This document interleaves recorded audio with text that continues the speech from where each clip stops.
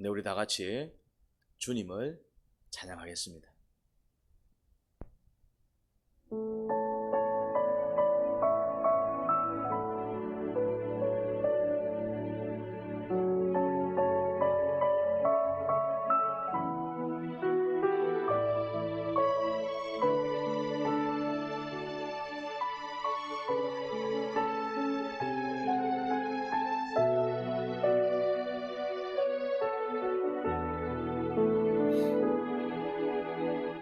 고난과 시련 속에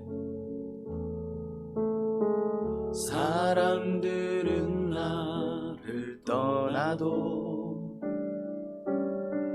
신실한 그분의 사랑이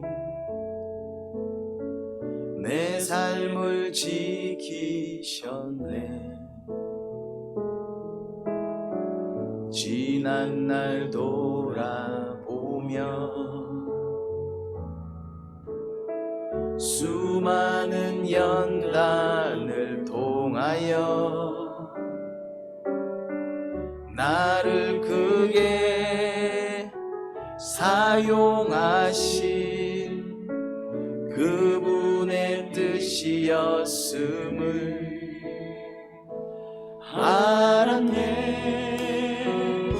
최고의 시간에 최고의 순간에 최고의 것을 주시는 아버지, 그 뜻을 믿으며 난 그저 기도하리.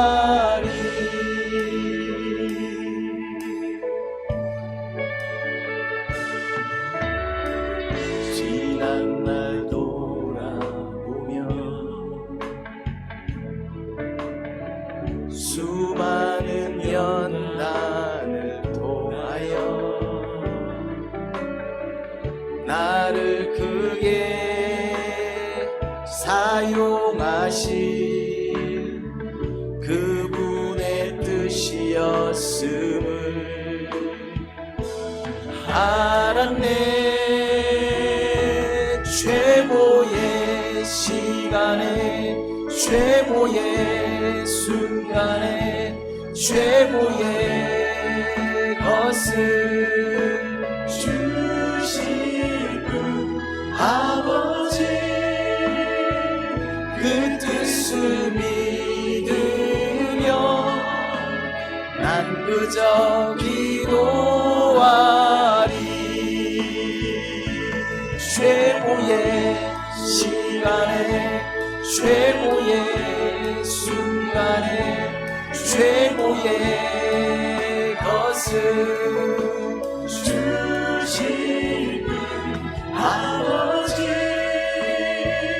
그 뜻을 믿으며 난 그저 기도하리.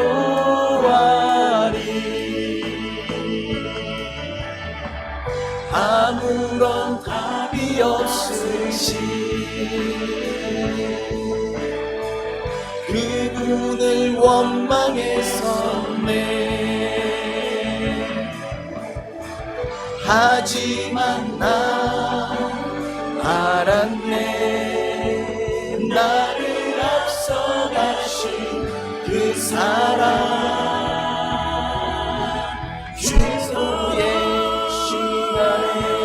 최고의 순간에 최고의 것을 주시는 아버지, 그 뜻을 믿으며 난 그저 기도하리. 최고의 시간에 최고의 순간에 최고의 것을 주시는 아버지, 그 뜻을 믿으며 난 그저 기도하리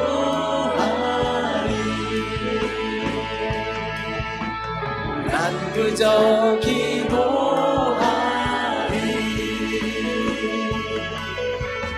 난 그저 기도하리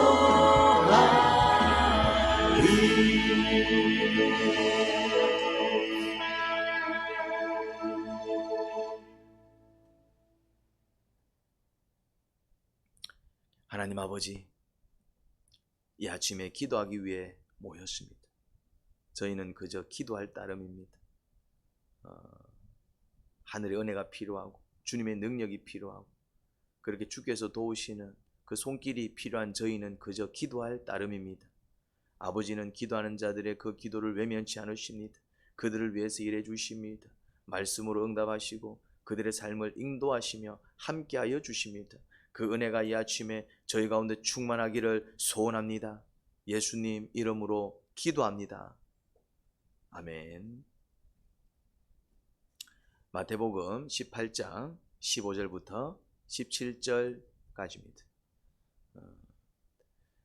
계속해서 주님의 가르침이 이어집니다. 죄 문제에 대한 가르침이 이어집니다. 형제가 너에게 죄를 짓거든. 형제가 너에게 죄를 짓거든. 이건 무슨 죄겠습니까?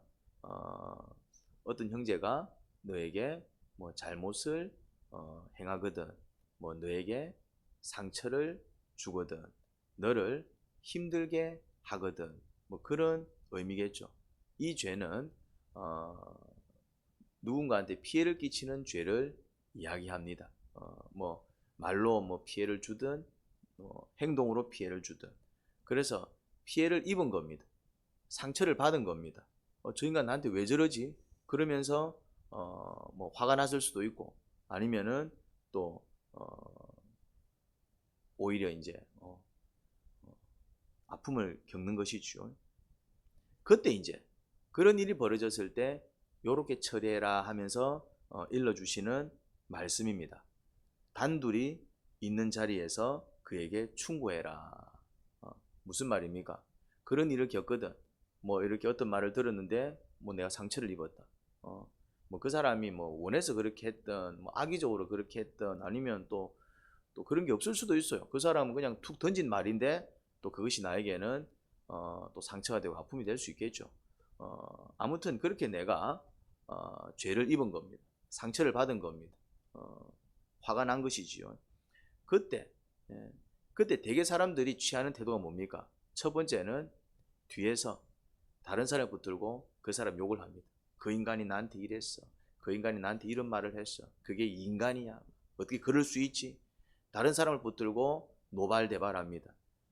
비난합니다. 험담합니다. 이건 뭡니까? 이거는 또 다른 죄가 됩니다.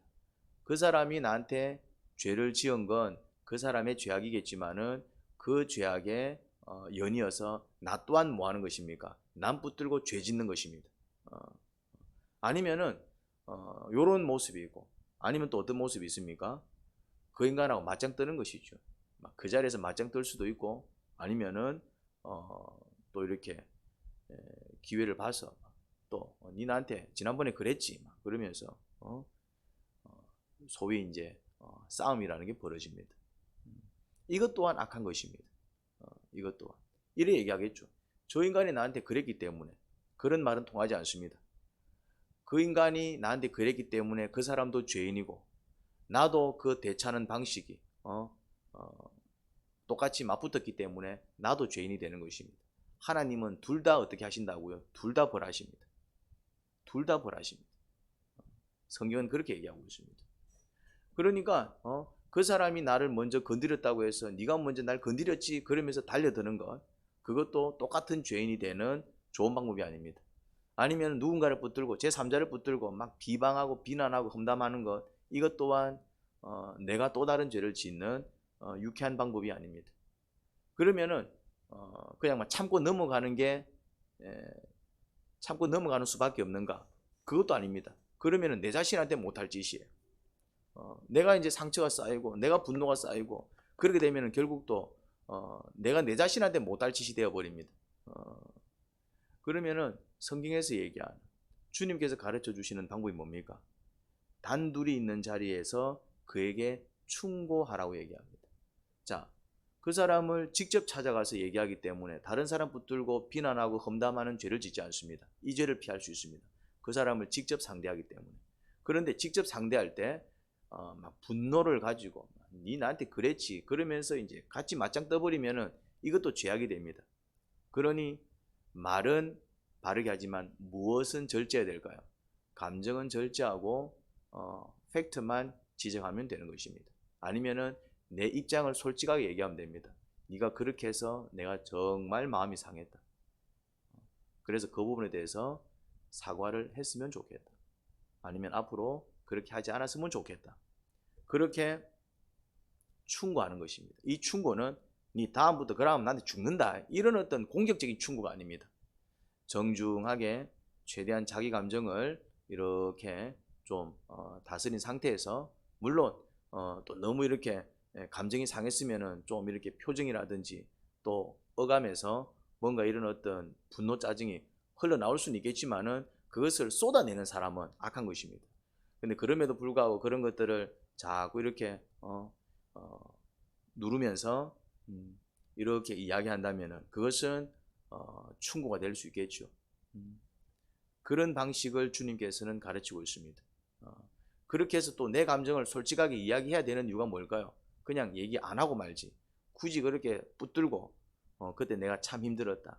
내가 너무 괴로웠다. 그 말투 때문에, 그 말 때문에, 그 행동 때문에. 그래서 다음에는 그러지 않았으면 좋겠다. 이렇게 내 감정을 또 이야기를 해야 되는 이유가 뭘까요? 그게 내 자신을 지키는 것입니다. 물론 그냥 되게 막 털털하고 뭐 그런 것에 개의치 않는다. 뭐 그러든지 말든지 뭐 그럴 수 있지. 전혀 뭐 내가 상하지도 않고 내가 다치지도 않고 뭐 그런 것 때문에 내가 힘들지 않다. 그러면 그냥 넘어가도 됩니다. 그럼 문제 없잖아요. 이제 이 사람은 이제 좀 대인배적인 어떤 소양을 가지고 있는 거예요. 뭐 어쨌거나 뭐 내가 그걸 개의치 않는다면은 별 문제 되지 않습니다. 그런데 그게 나한테도 심각한 문제가 된다면 내가 막 잠을 잘 수가 없고 내가 막 감정이 상해서 내가 막 정말 며칠 씩씩거릴 수밖에 없다면은 그래서 그걸 눌러버리면은 내 자신이 상하죠. 그런 경우는 어떻게 하라? 그냥 단둘이 찾아가서 내 감정과 내 형편을 솔직하게 얘기하는 것입니다. 그러면서 뭘 기대하는 것입니까? 사과를 기대하는 것이죠. 그래서 그랬냐 미안하다. 내가 앞으로 조심할게. 그러면은 형제를 얻습니다. 그러면 형제를 얻어요. 그러면은 관계가 깨지지 않는다 이 말입니다. 다시 이제 이전의 관계로 돌아갈 수 있다 이 말입니다. 그런 일이 있었지만은 그것 때문에 큰 문제가 생기지 않는다 이 말입니다. 이게 아주 지혜로운 방식입니다. 누군가가 나에게 죄를 짓거든, 뭐 말로 나를 불쾌하게 만든다든지, 뭔가 이렇게 내가 참을 수 없게 뭔가 이렇게 나한테 상처와 고통을 준다든지, 그럴 때 우리가 취할 수 있는 성경적인 방법은 예수님께서 기뻐하시는 방식은 삼자를 찾아가서 막 노발대발하며 비방, 험담하는 게 아니라, 그러고 이제 아니면은 그 사람과 직접 맞짱 뜨는 것도 아니고 그냥 정중하게 자기 개인의 감정을 솔직하게 얘기하면서 뭐 하는 것입니까? 충고하는 것입니다. 좀 그러지 않았으면 좋겠다. 그렇게 정중하게 이야기하는 것이죠. 그러면서 내 스스로도 나를 상하게 하지 않는 그런 지혜로운 방법인 것입니다. 주님은 그렇게 나에게 잘못한 자의 죄에 대해서 그 죄 문제를 그렇게 지혜롭게 다루기를 원하셨습니다. 할렐루야. 그러려면은 내 감정을 솔직하게 그리고 정중하게 이야기하는 법을 연습하셔야 됩니다. 이게 의외로 많은 사람들이 쉽지 않습니다. 그냥 내 감정을, 내 상한 마음을 이렇게 이제 개인적으로 만나서 솔직하고 그리고 이제 정중하게 이야기하는 게 쉽지 않습니다. 왜냐하면 우리는 감정의 지배를 받기 때문에 그렇습니다. 그래서 자꾸 이런 부정적인 감정과 싸우려고 애를 써야 됩니다. 그냥 그 감정대로 살아버리면은 둘 중에 하나, 맞짱 떠서 죄를 짓든지 아니면 제3자 붙들고 막 그냥 이렇게 감정을 쏟아내면서 또 죄를 짓든지, 감정 따라가면, 특히 부정적인 감정을 따라가게 되면은 심각한 죄를 지을 수밖에 없습니다. 누군가가 나한테 잘못했지만 나 또한 누군가한테 잘못을 저지를 수밖에 없는 똑같은 죄인이 되는 것입니다. 그러니 어떻게 하라? 먼저 내 감정을 좀 다스리고 그리고 이제 찾아가서 정중하게 내 입장을 이야기하는 것입니다. 그런데 그렇게 했는데도 듣지 않거든. 그럴 수 있잖아요. 뭐 그런 거 갖고 그래. 뭐 그게 뭐 큰 문제가 돼? 그렇게 하거든. 분명히 내가 정중하게 이야기했는데 그것이 잘못된 것이라고, 그것으로 인해서 내가 상처를 입었고 아픔을 입었다라고 얘기를 하는데도, 그것도 정중하게 얘기하는데, 공격적으로 얘기하는 것도 아니고 정중하게 얘기하는데도 오히려 이제 되레 화를 내거나 비아냥거리거나 사과를 하지 않는다면은 그때는 어떻게 하느냐면은 그때는 두세 사람을 데리고 갑니다. 두세 사람. 이제 두세 사람한테 얘기하는 겁니다. 자기 입장을 얘기하는 것입니다. 이런 일이 있었다. 두세 사람한테 얘기하는 것입니다. 그러면은 두세 사람이 어떤 역할을 하느냐 하면은 두세 사람이 무조건 그 사람 편을 들어주는 게 아닙니다. 두세 사람이 들어보고, 근데 얘기를 들어보니까 그 사람한테만 문제가 있는 건 아닌 것 같다. 니한테도 문제가 있는 것 같다. 그 두세 사람은 그런 역할도 해줍니다. 그렇잖아요. 한 사람의 얘기만 듣고 일방적으로 일을 처리하면 안 되죠. 그리고 이제 그럼 가보자. 그 사람의 얘기도 한번 들어봐야 되겠다. 그리고 이제 가는 거예요. 가서 이제 그 사람의 어떤 입장도 들어보고, 그러면서 이제 그 두세 사람이 확정하는 것입니다. 두세 사람이 들어보니까 그건 아닌 것 같아. 네가 사과를 했으면 좋겠다. 아니면 이럴 수 있겠죠.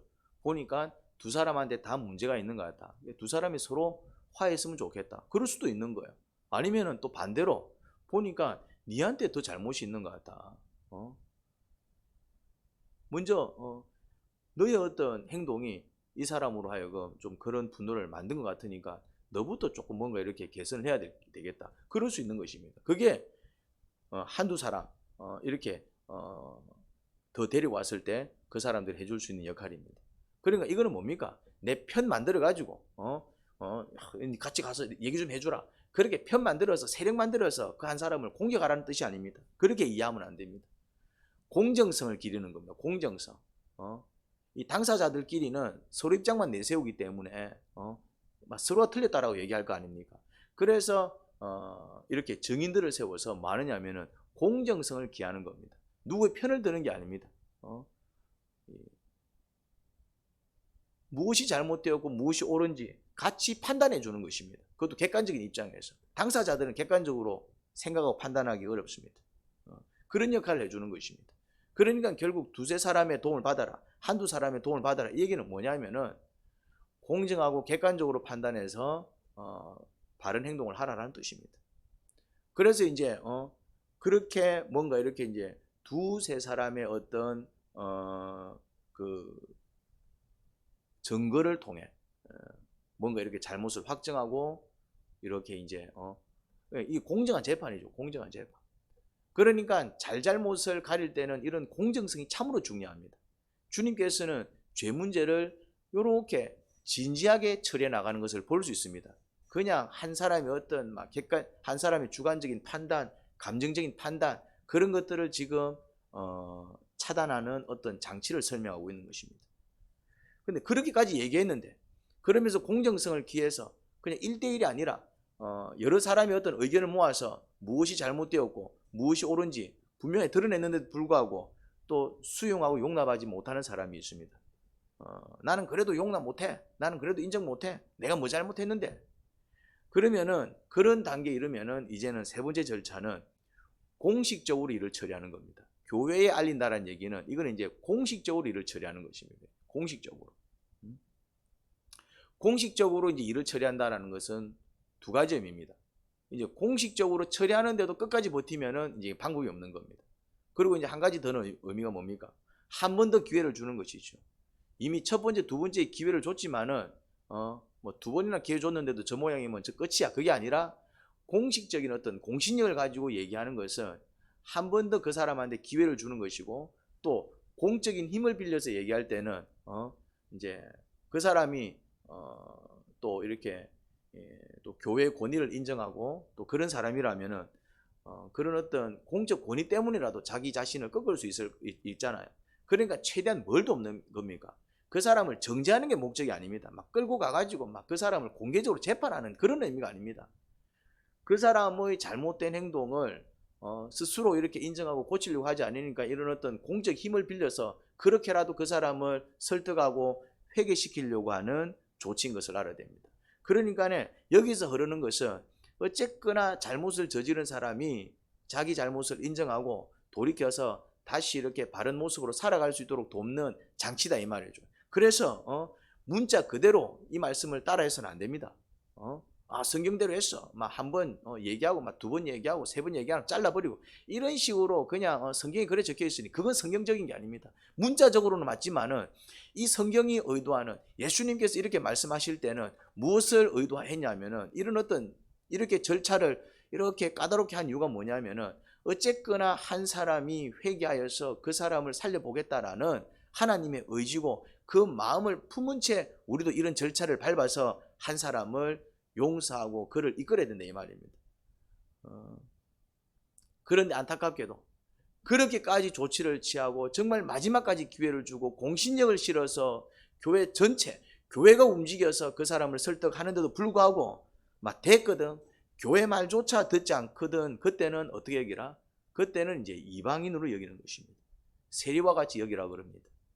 그냥 불신자로 여기면 됩니다. 저 사람은 예수님을 믿지 않는 사람이구나 이렇게 생각하면 된다 이 말입니다. 아니면은 더 이상 예수님을 믿을 마음이 없구나, 믿음을 저버렸구나 그렇게 생각하면 되는 것입니다. 그러면은 어떻게 하느냐 하면은 그 사람은 이제 더 이상 교회 안에서 함께 교제할 수 있는 형제자매가 아니라 어떤 자란 얘기입니까? 구원해야 될 불신자, 전도 대상이 되는 것입니다.